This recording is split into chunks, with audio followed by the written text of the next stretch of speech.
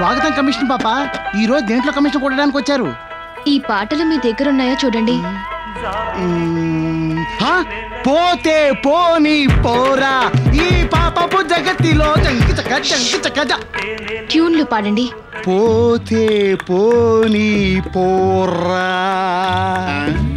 జన్మమెత్తితిరా అనుభవి కలకానిది విలువైనది.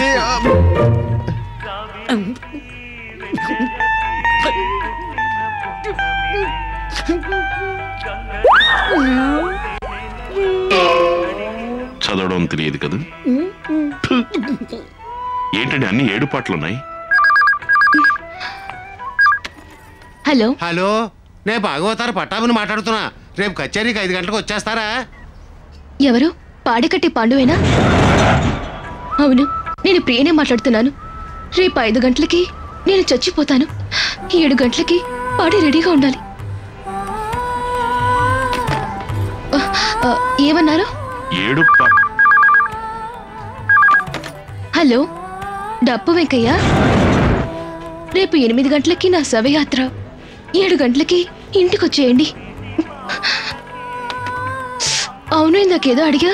అన్ని 7 పాటలు. హలో, ఎవరు? కాటికాపురి మారయ్య.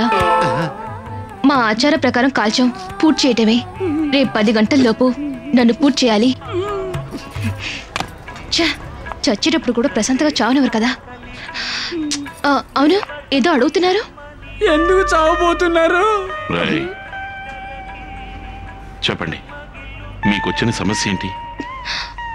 వద్దు, నా కథ నాతోటే చావని. కూర్చోండి,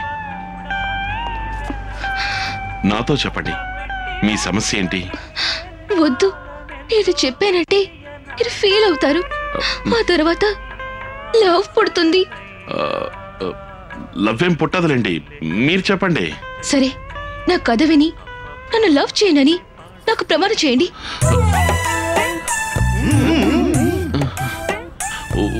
ఒకవేళ పుడితే?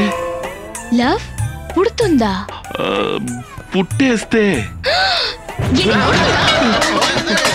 అంటే లవ్ చేస్తావా? అలా లవ్ చేయడానికి నా కథ చెప్పంటున్నావా? నువ్వు లవ్ అవ్వడానికి నా కథ చెప్పాలా? లవ్ చేస్తాను, అందులో తప్పేంటి? నువ్వు సరైన మగాడివైతే మా ఇంటికి వచ్చి నాకు ఐ లవ్ యు చెప్పు. ముందు ఇల్లు ఎక్కడుందో చెప్పు. ఏంటి? అడ్రస్ చెప్పవే. అడ్రస్సా?